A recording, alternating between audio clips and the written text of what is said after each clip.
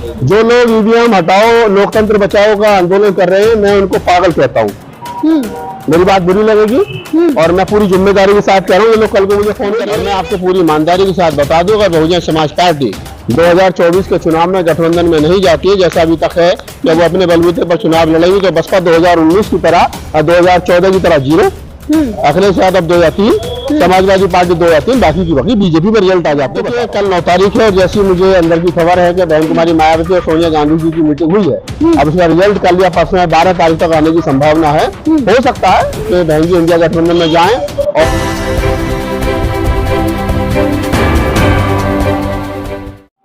जी हाँ, मैं समता की सपोर्टर हूँ, मैं रोशनी रिपोर्टर हूँ। नमस्कार, मैं हूँ आपके साथ रोशनी और आप देखना शुरू कर चुके हैं सोशल मीडिया, वही सोशल मीडिया जिसमें भरोसा किया जा रहा है, क्योंकि गोदी मीडिया तो सच दिखाती नहीं, ऐसा लोग कहते हैं। आप क्या कहते हैं? जो लोग कहते हैं मैं वही कहता हूँ कि सोशल मीडिया जो है वो आज का मेन स्ट्रीम मीडिया बन गया है और जो मेन स्ट्रीम मीडिया था वो गोदी मीडिया बन गया। गोदी मीडिया बोले तो किसी की गोद में बैठ करके और उसकी तारीफ करना। जैसे जमाने में जब मुल्क आजाद नहीं हुआ था तो राजा अपनी तारीफ के लिए कुछ भाड़ रखा करता था, यानी गाने वाले रखता था, कवि रखता था, जो राजा की शान में रात भर गाते थे, रात भर बजाते थे। आज का जो मीडिया है वो ठीक उसी प्रकार का हो गया, उसी भाड़ मीडिया, उसी गोदी मीडिया। इसलिए उसको मैं कह रहा हूँ और तमाम लोग जो बुद्धिजीवी वर्ग है वो इसलिए कह रहा है कि आज का जो मीडिया है वो उसी रास्ते पर चल रहा है जिस रास्ते पर राजा अपनी तारीफ सुनने के लिए अपने दरबार में दरबारी कवि और दरबारी गायक रहता था। आज का मीडिया वही कर रहा। अच्छा, अभी 2000 जो बीता 2022 का विधानसभा चुनाव था, उस चुनाव में आपकी अहम भूमिका रही। बसपा के पक्ष में आपने तमाम जगहों पर जो है रैलियां भी हमने देखा कि कवर करवाए और नेता तमाम जो भी अपनी भूमिका निभाई। अभी 2024 का लोकसभा चुनाव है, इसमें किस पार्टी को सपोर्ट कर रहे हैं और क्या देख पा रहे हैं आप?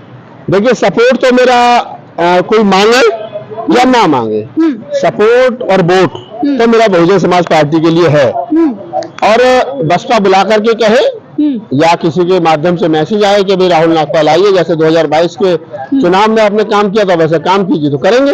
बसपा बुला करके नहीं कहेगी कि काम मत कीजिए तो हम लोग काम नहीं करेंगे, क्योंकि पार्टी पेट का सवाल है। जो पार्टी कहेगी बीजेपी के अलावा, जो पार्टी बीजेपी को हराने में सक्षम होगी और वो पार्टी ये कहेगी कि राहुल नागपाल आप अपने साथियों के साथ आइए, बीजेपी को हराइए, हमारे साथ कंधे से कंधा मिला करके काम कीजिए, हम आपके पेट्रोल का पैसा देंगे, तो फिर हम उसका काम। अच्छा, 2022 का चुनाव जो हम कवर कर रहे थे, ग्राउंड पे जाते थे तो लोग कहते थे अब की बार अगर बहन जी जीत गई तो ठीक है, नहीं तो ये इनका आखिरी चुनाव होगा। 2024 में आप कैसे देखते हैं?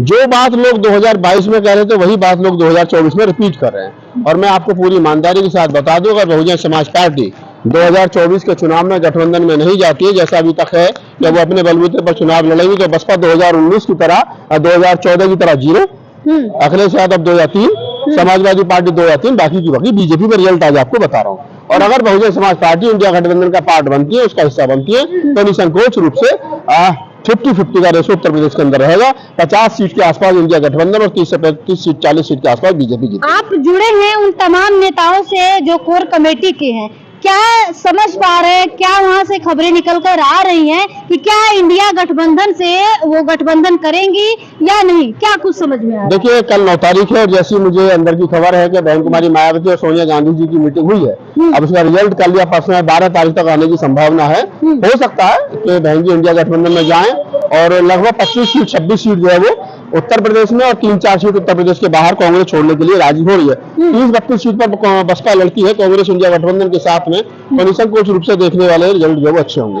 अभी बहुत सारे लोग ऐसा कहने लगे कि बसपा में तो परिवारवाद आ गया है। जब इनको उत्तराधिकारी बनाया गया आकाश आनंद को, उसको आप क्या देखते हैं, क्या कहेंगे? नहीं, जो लोग कह रहे हैं कि परिवारवाद आ गया तो बिल्कुल आ गया, निसंकोच रूप से मिशन खत्म हो जाएगा। देखिए, मिशन खत्म होना या उसको चालू रखना सेकेंडरी चीज है। जो काशीराम ने अपने परिवार को बसपा के नजदीक नहीं भटकने दिया, और बहुजन समाज पार्टी का जो बायलॉज है उसमें लिखा हुआ है कि पार्टी के राष्ट्रीय अध्यक्ष से ब्लड से संबंधित कोई भी व्यक्ति पार्टी के वरिष्ठ पद पर नहीं रहेगा। तो बहन जी ने कहीं ना कहीं ये गलत किया, मैं इसका विरोध करता हूँ और नहीं होना चाहिए। चंद्रशेखर अपने जैसे सैकड़ों हजारों लाखों नेता पैदा करे, बहन जी अपने जैसी मायावती क्यों नहीं बना रही है? अब ये सवाल बहन जी से करिए, मैं तो आप कैसे देख पाते हैं? मैं बता रहा हूँ ना, बहन जी कहती है कि मेरा किसी ने साथ नहीं दिया, मैंने जिन लोगों को तैयार किया वो लोग कामयाब नहीं निकले। मैं इसके दूसरे तरीके से कहता हूँ कि अगर एक क्लास में 40 बच्चे हैं और 40 के 40 बच्चे फेल हो जाएं, तो ये नहीं कहा जा सकता कि बच्चे नालायक हैं, ये भी कहा जा सकता है कि शिक्षक ठीक नहीं था। अगर काशीराम साहब ने लाखों चेला तैयार किए और वो कामयाब हुए, और बहन जी आज की तारीख में ये कह रही है कि मैंने बहुत सारे लोग तैयार किए और लोग कामयाब नहीं हो पाए, तो मैं ये कह सकता हूँ कि वो 7 लोग ठीक थे, गलत थे मुझे नहीं पता, लेकिन इसका दूसरा पहलू वही है जो मैंने कहा कि हो सकता है शिक्षक भी खराब हो, शिक्षक ने अच्छे ढंग से पढ़ाया ना हो। एक बहुत बड़ा अभियान चल रहा है, लोकतंत्र, ईवीएम हटाओ लोकतंत्र बचाओ। इसका जो है जिम्मेदार लोग, हार का जिम्मेदार ईवीएम को ठहराते हैं, आप क्या मानते हैं इसको? जो लोग ईवीएम हटाओ लोकतंत्र बचाओ का आंदोलन कर रहे हैं, मैं उनको पागल कहता हूँ। मेरी बात बुरी लगेगी और मैं पूरी जिम्मेदारी के साथ कह रहा हूँ, ये लोग कल को मुझे फोन करेंगे। बुद्धिजीवी लोग कह रहे हैं। मैं पागल हूँ, मैं भी तो बुद्धिजीवी हूँ। आप मुझे बुद्धिजीवी समझते हो? नहीं समझते हो ना? हाँ। तो मैं बुद्धिजीवी हूँ, मैं पढ़ा लिखा हूँ और मैं जगह पे खड़ा हूँ जो एनालिसिस है कहती कि वो बेकार है। अरे मैं सुन तो लो मैडम, पत्रकार मैडम। हाँ। मैं बाबा साहब डॉक्टर अम्बेडकर की इस पवित्र भूमि पर खड़े होकर के बात पूरी ईमानदारी के साथ कह रहा हूँ कि जो लोग ईवीएम के खिलाफ आंदोलन चला रहे हैं वो लोग पागल हैं, उनके पास समय ज्यादा है, उनके पास पैसा ज्यादा है। अब पूछो क्यों? मैं वोटर हूँ, आप नेता हैं, आप मायावती और मैं राहुल नाथपाल हूँ। मैंने वोट हाथी के चुनाव चिन्ह पे दिया आपको, मेरा काम खत्म। मेरा वोट अगर आप तक नहीं पहुंच रहा है, मेरे वोट से आपको एमपी बनना है, आपको एमएलए बनना है, आपको मुख्यमंत्री बनना है, आपको प्रधानमंत्री बनना है, आपको राष्ट्रपति बनना है, तो मेरे वोट से जो बनना है वो आपको बनना है। और अगर मेरा वोट आप तक नहीं पहुंचा तो उसकी जिम्मेदारी आपकी है। और अगर इस देश के तमाम वो नेता, चाहे मायावती, अखिलेश यादव, तेजस्वी यादव, कांग्रेस के लोग, तमाम वो एंटी बीजेपी लोग जो ये कह रहे हैं कि ईवीएम में गड़बड़ है, तो हमारा काम वोट करना है, वोट कर रहे हैं। और अगर हमारा वोट आप तक नहीं पहुंच रहा तो आपकी जिम्मेदारी बनती है कि कहां सिस्टम में गड़बड़ है, आप उसके लिए लड़े, क्योंकि मेरा दिया हुआ वोट आप तक नहीं पहुंच रहा है। तो ये नेताओं की जिम्मेदारी को इस ईवीएम के मुद्दे को उठाएं। और जो लोग ये कह रहे हैं कि हम लोग ईवीएम को बंद करा देंगे, वो नहीं करा सकते। मैं पूरी जिम्मेदारी के साथ कह रहा हूं, 2024 का चुनाव ईवीएम से होगा और 100% होगा। जितने लोग ये कह रहे हैं कि हम ईवीएम तोड़ेंगे, फोड़ेंगे, कुछ नहीं करेंगे, वो मुकदमे होंगे, जेल जाएंगे। ये समय और पैसा दोनों गलत समय पर, गलत जगह समय पर खराब कर रहे हैं, समाज को गलत जगह ले जा रहे हैं। बहन जी जिस दिन कहेंगे, अखिलेश यादव जिस दिन कहेंगे, तेजस्वी यादव जिस दिन कहेंगे और राहुल गांधी जिस दिन कहेंगे कि हमें ईवीएम का विरोध करना है और आओ दिल्ली जाम करते, उस दिन ईवीएम से चुनाव होना इस देश के अंदर बंद हो जाएगा। जिस दिन कांग्रेस ये कह देगी, इंडिया गठबंधन ये कह देगा कि अगर 2024 का चुनाव बैलेट पेपर पर नहीं हुआ, ईवीएम पर हुआ, तो हम चुनाव का बहिष्कार करेंगे। चुनाव आयोग की औकात नहीं जो वो चुनाव करा दे। लेकिन जो लोग ईवीएम को बैन करा सकते हैं या बैलेट पेपर की गिनती करा सकते हैं, वो लोग वो काम नहीं कर रहे हैं। और जिन लोगों का बेचारों का कोई मतलब ही नहीं है, वोटर है, वो पदक पोतना की तरह ऊपर को पैर करके सोते हैं और कहते हैं हम अंदर को गिरने से रोक लेंगे, उनकी ताकत ही नहीं है। धन्यवाद। आखिरी सवाल, बहुजन के बिखरते हुए नेताओं पे क्या करेंगे?